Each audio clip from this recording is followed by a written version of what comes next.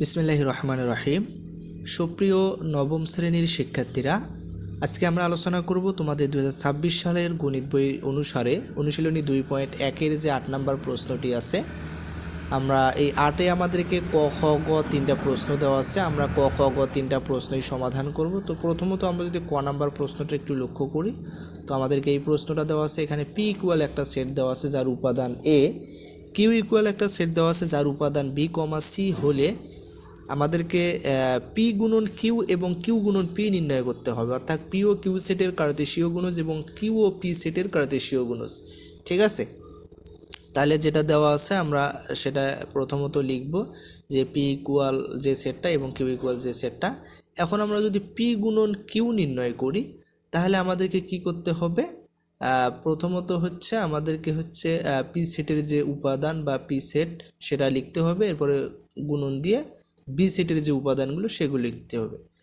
এখন হচ্ছে এর সাথে বি কমা সি এর হচ্ছে ক্রোমোজোর করতে হবে। সেটা হলো আমরা কি করব, এ এর সাথে একবার বি ক্রোমোজোর করব এবং আমরা হচ্ছে সি ক্রোমোজোর তৈরি করি, তাহলে সেটাই হবে আমাদের উত্তর। তাহলে দেখেন আমরা যদি ক্রোমোজোর তৈরি করি তাহলে হবে এ কমা বি কমা এ কমা সি।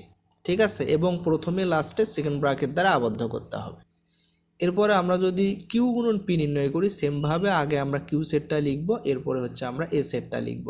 এখন বির সাথে একবার হচ্ছে এ ক্রোমোজোর করব, ঠিক আছে, এরপর হচ্ছে সির সাথে এ ক্রোমোজোর করব। তো এখানে সে কথাটাই বলা আছে যে হলো বি এর সাথে এ এবং সি এর সাথে এ এর জোড়া তৈরি করব। এরপরে হচ্ছে আমরা কি করব, প্রথমে এবং লাস্টে সেকেন্ড ব্র্যাকেট দ্বারা আবদ্ধ করব। তাহলে এটাই হচ্ছে আমাদের উত্তর।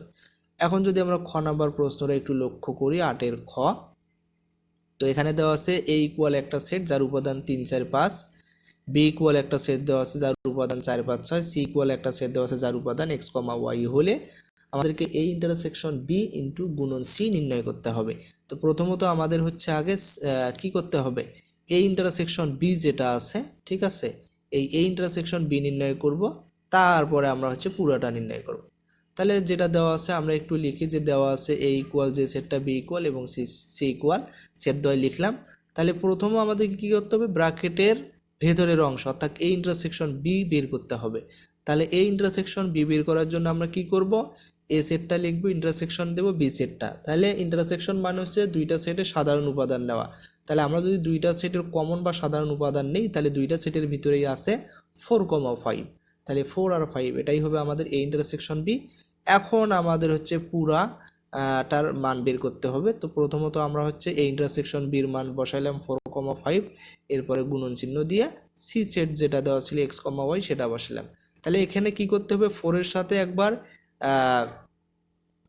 সাথে একবার হচ্ছে এক্স ক্রোমোজোর হবে, একবার ওয়াই ক্রোমোজোর হবে, এরপরে 5-এর সাথে এক্স ক্রোমোজোর হবে, ওয়াই ক্রোমোজোর হবে। তাহলে দেখেন আমরা এখানে সেটাই লিখেছি, একবারে উত্তর সহ এখানে দেওয়া হয়েছে। তাহলে 4,x 4,y, এরপর হচ্ছে 5,x 5,y, প্রথমে এবং লাস্টে সেকেন্ড ব্র্যাকেট দ্বারা আবদ্ধ করতে হবে। তো এটাই হচ্ছে উত্তর।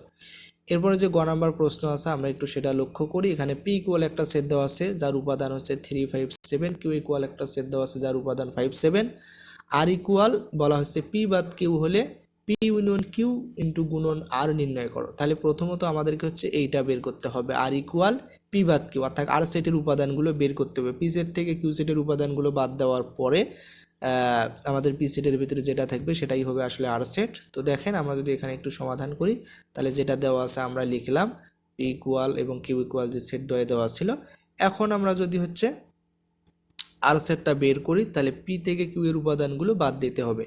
তাহলে আমরা এখানে আর সেটটা বের করার জন্য দেখেন এখানে লিখলাম পি বাদ কিউ, তাহলে পি সেটের উপাদান 3, 5, 7 বাদ কিউ সেটের উপাদান হচ্ছে 5, 7। তো আমরা যদি 3, 5, 7 থেকে 5, 7 বাদ দিই তাহলে 3 থাকে, তো 3 হবে আমাদের আসলে আর সেট। ঠিক আছে, তো এখন আমরা কি করব, এবার পি ইউনিয়ন কিউ বের করব। ঠিক আছে, তো পি ইউনিয়ন কিউ বের করার জন্য আমাদেরকে কি করতে হবে, পি ইউনিয়ন কিউ বের করার জন্য আমাদেরকে হচ্ছে পি সেটের উপাদান 3, 5, 7 ইউনিয়ন আমাদের কিউ সেটের উপাদান 5, 7 লিখতে হবে। ইউনিয়ন মানে সবগুলো উপাদান নেওয়া, তো সবগুলো উপাদান নিলে আমরা পাই হচ্ছে 3, 5, 7। এখন আমাদের যে পুরা অংশটা সেটার মান বের করব। তাহলে প্রথমত পি ইউনিয়ন কিউ এর মান উপাদানগুলো আমরা বসাইলাম, যেটা পাইছিলাম 3, 5, 7 গুণন আর সেটের যে উপাদান আমরা বের করেছিলাম 3 সেটা বসালাম। এখন আমরা এখানে কি করব, 3 5 7 প্রত্যেকের সাথেই 3 আমাদেরকে জোড়া আকারে লিখতে হবে। 3-এর সাথে একবার 3 জোড়া হবে, 5-এর সাথে 3 জোড়া হবে, 7-এর সাথে 3 জোড়া হবে এবং প্রথমে লাস্টে সেকেন্ড ব্র্যাকেট দ্বারা আবদ্ধ করলাম। তো এটাই হচ্ছে আসলে আমাদের উত্তর। ঠিক আছে, তো আশা করি 8 নম্বরের যে প্রশ্নগুলো ছিল এগুলো আপনারা অবশ্যই বুঝতে পেরেছেন। তো সবাইকে ধন্যবাদ। আসসালামু আলাইকুম ওয়া রাহমাতুল্লাহ।